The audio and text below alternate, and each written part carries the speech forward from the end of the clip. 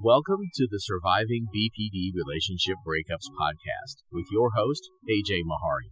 This podcast will give you an in-depth understanding of borderline personality disorder, whether you have it or a loved one, partner, ex, friend, adult child, or sibling of someone with borderline personality disorder. AJ Mahari is a counselor and trauma recovery coach who has 30 years experience working with those surviving borderline personality relationship breakups in all relationship types, healing from codependency, inner child healing, family of origin healing, and self-differentiation, narcissistic abuse recovery, and much more. Keeping it real to help you heal. Abuse is not love. You can find this podcast at ajmahari.ca, where you can also purchase and book sessions with AJ Mahari. Please also subscribe to AJ Mahari's YouTube channel at youtube.com/AJMahari. In keeping with my focus on borderline personality disorder, I think it's really important to talk a little bit about borderline abuse of partners. There's also borderline abuse of family members, borderline abuse of a child, borderline abuse by a child with codependency or who might be diagnosed with BPD themselves, of a parent with BPD.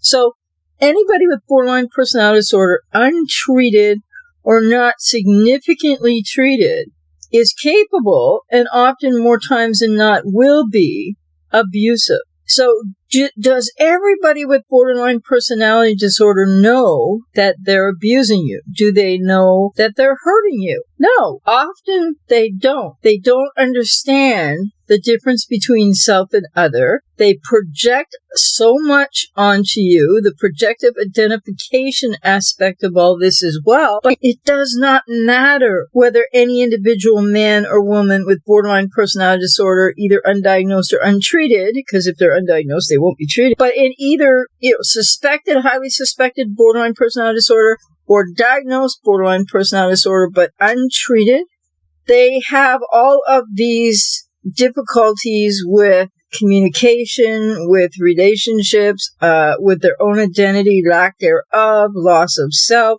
arrested emotional development. And you're not going to see any of this in the beginning. Or for those of you who've now been through that, you didn't see anything in the beginning of the relationship that really could have warned you or given you enough red flags that you would have understood, so that you would have known that this person with borderline personality disorder, especially in significant other relationships, where you meet them and everything is full on and intense right away, whether it's a woman meeting a borderline man or a man meeting a woman with BPD, or a gay man meeting a man with BPD, or a lesbian woman meeting a woman with BPD, it's full on. People who get into relationships with people with BPD more often than not have codependency, and that plays into this and how the relationships start.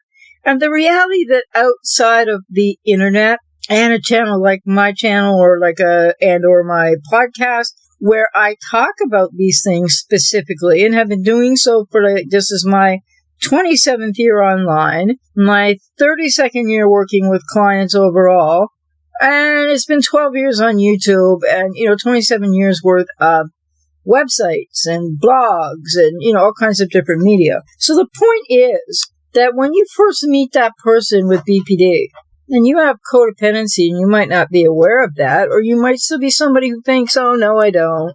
But yet you've been married to somebody with BPD and you've been through this messy divorce and now you're going through all this other stuff. If you have children and the custody issues and the gynocentrism in culture that does not help men out with that at all. The idea that women are still, the courts have, that women are still the better ones to have full custody or more custody of children. Well, I don't know about that in general. I still think fathers are very important. But when it comes to an untreated woman with BPD who's a mother, oh, well, that's a whole different picture. But there's a lot of inequity and gynocentrism in culture. And so people with borderline personality disorder, arrested emotional development, it means they do not know who they are.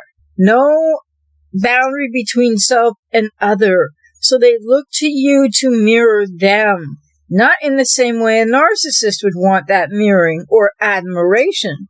The borderline is after validation, is after feeling like they're okay and being reassured that they're okay.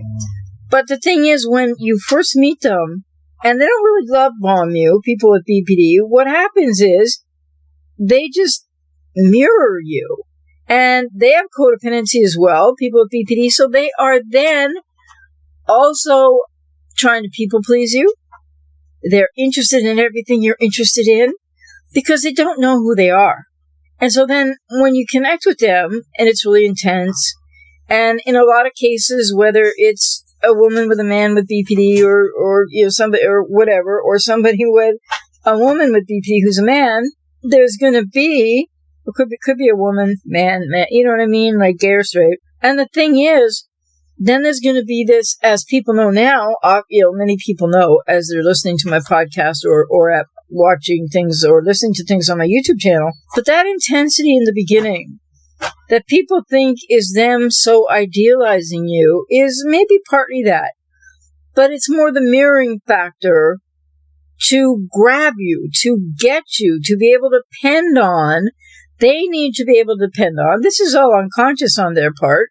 But they need to be able to feel secure enough like you're not about to abandon them, which that never works anyway. So you smack together really quickly. And then suddenly, for some people in a month or a week or 2 months or a year or 6 months or 3 years, various times, because all people with BPD aren't the same, there's going to be the blow apart. And it's not understandable. It doesn't make any rational sense. And it turns people's lives upside down. So that goes more to talking about the BPD relationship breakup. But right now, I want to talk about specifically the abuse that people with borderline personality disorder really do, untreated, put people through. And a lot of people who are codependent and with somebody with BPD, because it was so great in the beginning, and you haven't, even if you know now that the person you thought they were isn't who they really are, now they don't do that with malice or on purpose, try to fool you about who they are. No, that's not what they're doing either. But here's the thing.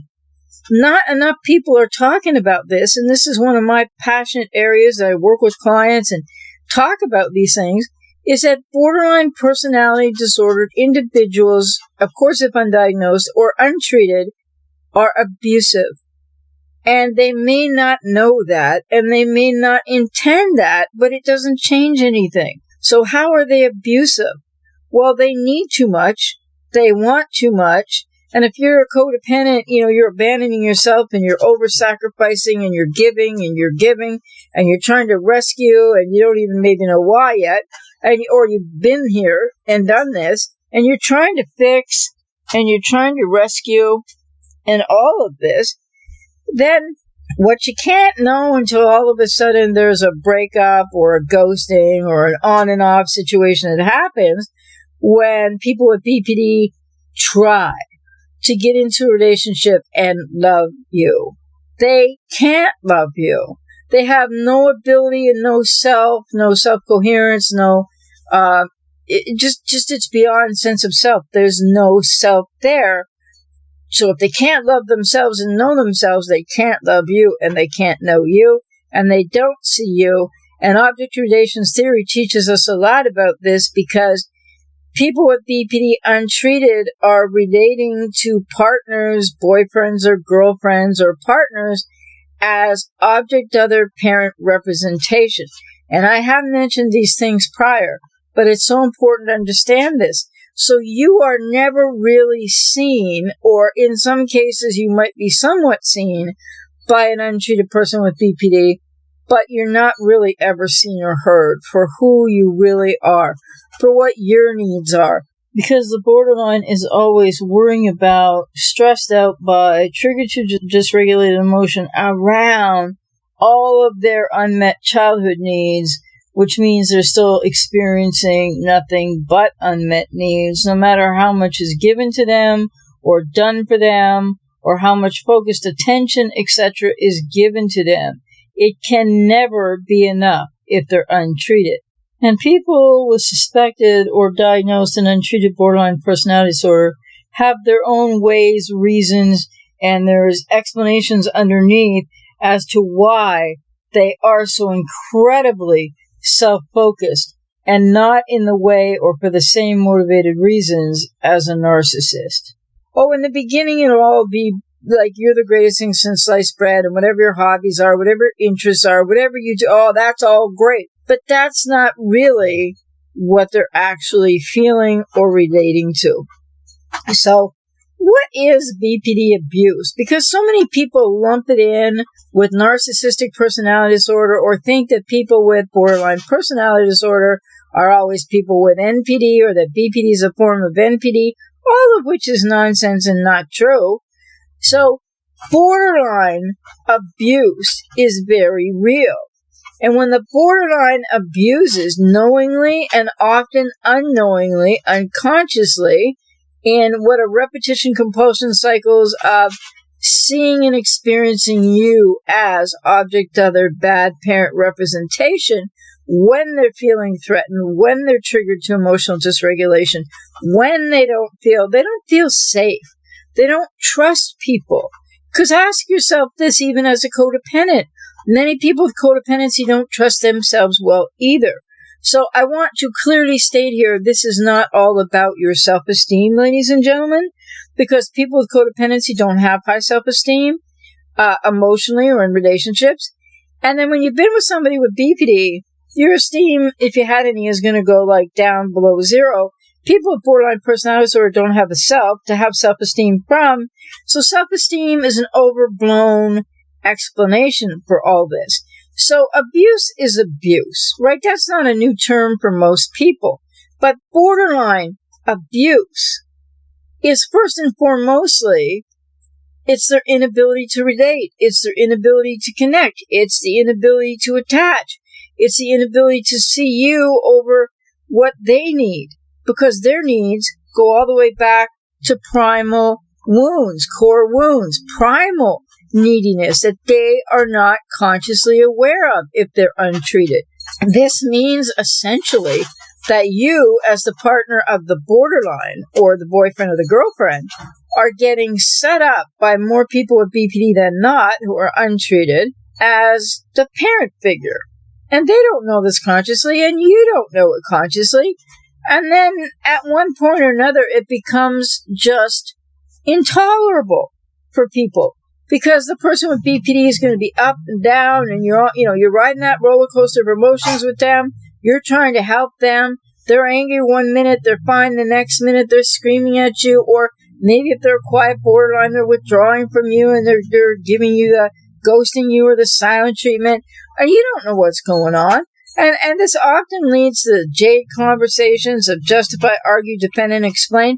And it's never the person with BPD who's going to justify, argue, defend, or explain.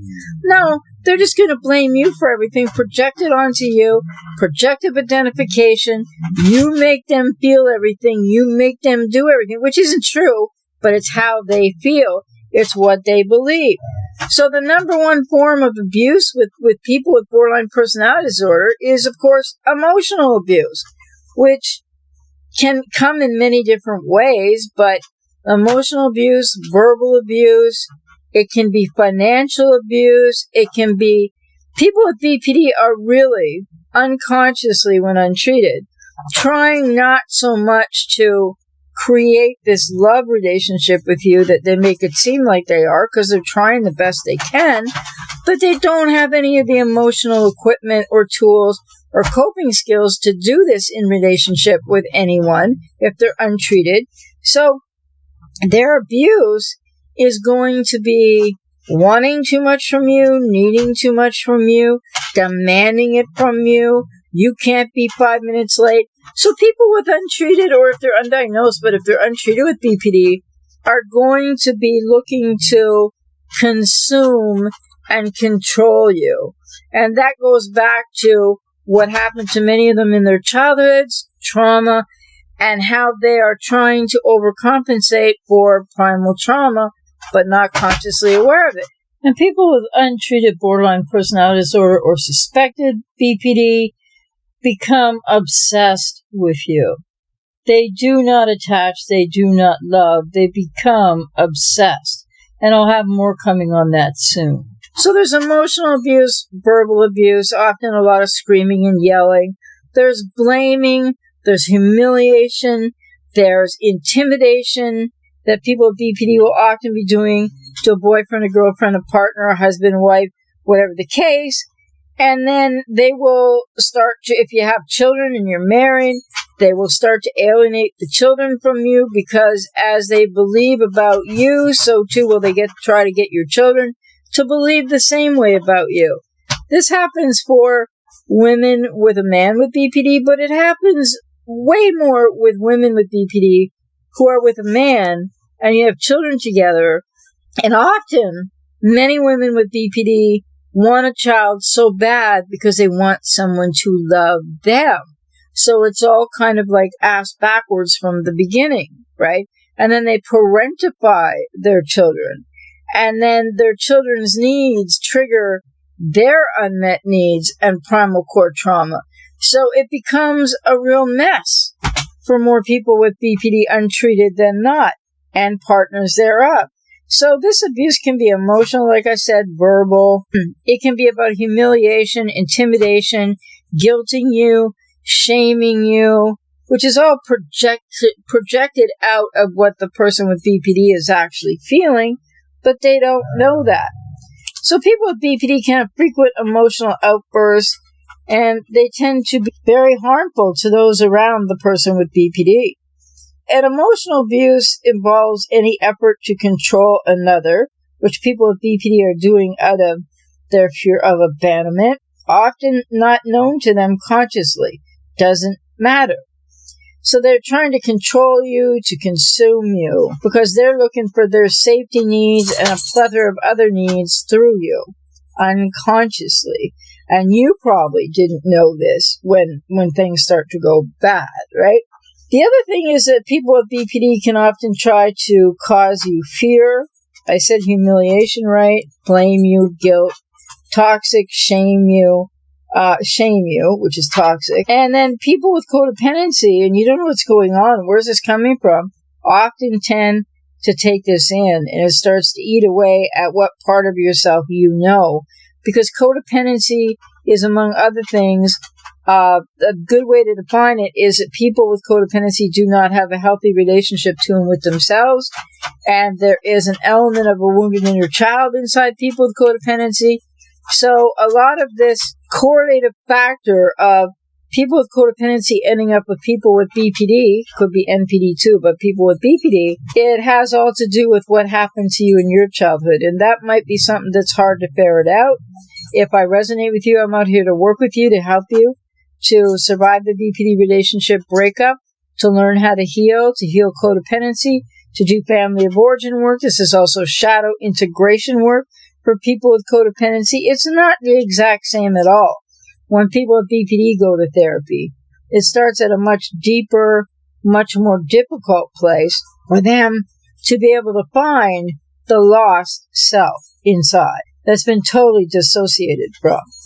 So abuse can be also physical. And this is really important for men to hear. Women know this, right? We know that men often with BPD batter their partners, their female partners, or in the case of a gay man with BPD, he may well batter his male partner.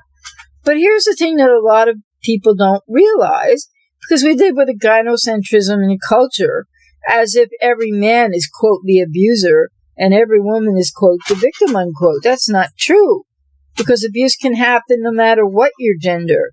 So many men are getting very much physically abused, and financially abused, and emotionally, and all the other ways I've already mentioned from borderline abuse.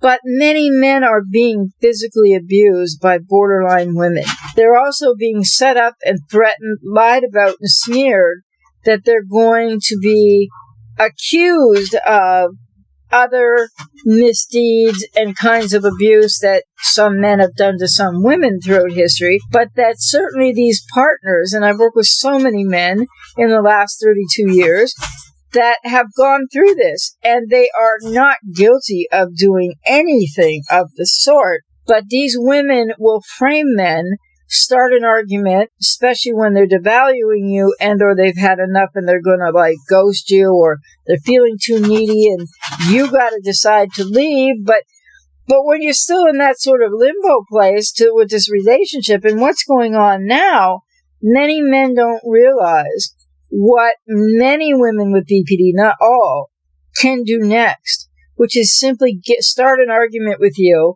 punch themselves in some cases, bruise themselves, and many men never defend themselves back against a BPD female partner, and then the BPD female partner can call the police, and if she has a bruise or whatever that she gave herself, she'll say, you did it.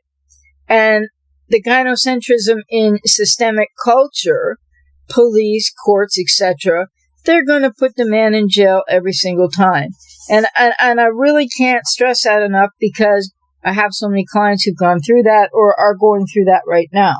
So many people with codependency or with people with BPD want to minimize the abuse. Why? Well, it's a deep question, and it's answered more in an individual context. But one of the common reasons is because people with codependency experience adverse childhood experience to trauma in their own lives, and it varies greatly across people with codependency. But in your childhood as a codependent, somewhere, if even only unmet needs, and maybe your parents were pretty good otherwise, or maybe you had a cluster B parent or two of them, and now you're a codependent, and now you're in this relationship with a borderline, and you're being abused. Well, in childhood, people who are developing codependency are going to cross the wires of abuse and love, because you believe, as children, we need to believe our parents love us because we need them to survive. The younger we are, of course, right? So these wires of abuse and love get crossed for people with codependency. And then you just believe you need to do better, do more, be better, figure out solution, help fix, especially men feel this way, but some women do too. Many women as strongly. You just feel like you can figure it out, like you can help them, like you can rescue them, but you can't. And where there is abuse, ladies and gentlemen, there is no love. And people with codependency also need to hear this, okay? I want to say this very gently. You could have moderate codependency, you could have significant codependency, or you could have severe codependency. And especially significant to severe people that have codependency significantly or severely, when you're getting abused, you will deny it. You will repeat what happened in your childhood to one degree or another, and you will keep trying to rescue what becomes like a parent representation to you in a different way, and thinking that you need to just be better, do it different, don't say this, don't say that.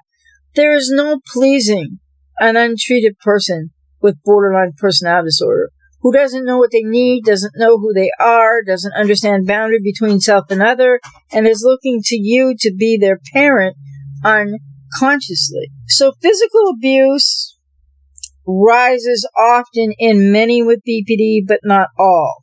And men with BPD, there's a book out there, the guy's last name is Dutton, I always mix up his first name. It's called Batterer. It is more about men with, primarily with BPD, because there's been a high correlative factor to men with BPD and battering, that's extreme abuse physically, of girlfriends and partners or wives. And so that's not to say, though, that all men with BPD will be that way or that abusive. And the other thing is that it's not also to say that women with BPD will never do that, because many women, not all, untreated with borderline personality disorder will throw things at you, threaten you with things, hit you with weapons, hammers, throw things at a man, or literally just start pounding on you. And some men are a lot bigger and stronger, and men, often tend to minimize this. This is really a crisis for men, because where are you as a man supposed to turn when your wife is essentially beating you up? Maybe not to the point where, if you defended yourself, you might render her in a different circumstance. But many men don't have a place to go or anyone to talk to about this. And so if I'm out here and I resonate with you and you have this experience, I'm out here to work with, you can just go to ajmahari.ca and you can purchase and book sessions there. It's really important that people understand with codependency more often than not, that when you have a partner or a wife or a husband with borderline personality disorder or highly suspected of, so they won't be treated, or who's diagnosed but untreated, they're not going to change without years of therapy. And you can't try to cajole them. It's not wise for you to tell them you think that they have BPD, and you can't get them to therapy. And even if you can get them to therapy, often it's the wrong modality, and stay away from couples counseling. It does not work with untreated people with BPD at all. And I've had many clients that come to me after they've tried that, and it's become a really painful, added extra debacle. And sometimes professionals who don't understand anything about borderline personality disorder, who can be some marriage counselors, I'm just saying, not all, they will really effectively, not purposefully, but kind of enable the abuse of the borderline woman to the codependent man, because many of them just don't understand. So you need your own therapy, and many people that come to work with me, I mean, if I resonate with you, I can't work with everybody. Obviously, I'm not for everybody. Many people have to come to start sorting this out before you even know that you need to end the relationship, or if you're going to be ghosted or discarded or what have you. But many men need to seek help with this because culture doesn't support. Some men are lucky enough to have men they can talk to about being abused by a woman, but culture doesn't really support that. The gynocentrism of culture and the idea, the crisis that men are in today. And I'm going to have a podcast coming on all of those issues with men, where I will be interviewing lots of people in different areas of these aspects of what men are dealing with today, because it's not always about cluster B women, but men are under a lot of stress today as to actually understand what is their role and what is it that women want. And that's not to say that men have to just be there to give women what they want. But a lot of codependent men are self-abandoning and self-sacrificing themselves that way. And if you're being abused, it is a deal breaker. But for people with codependency, it's not that simple. These are often trauma-bonded relationships. So again, if you are resonating with what I'm saying here, you can either choose to work with me or someone else. But you need to get into therapy, because you need to get away from any abuser.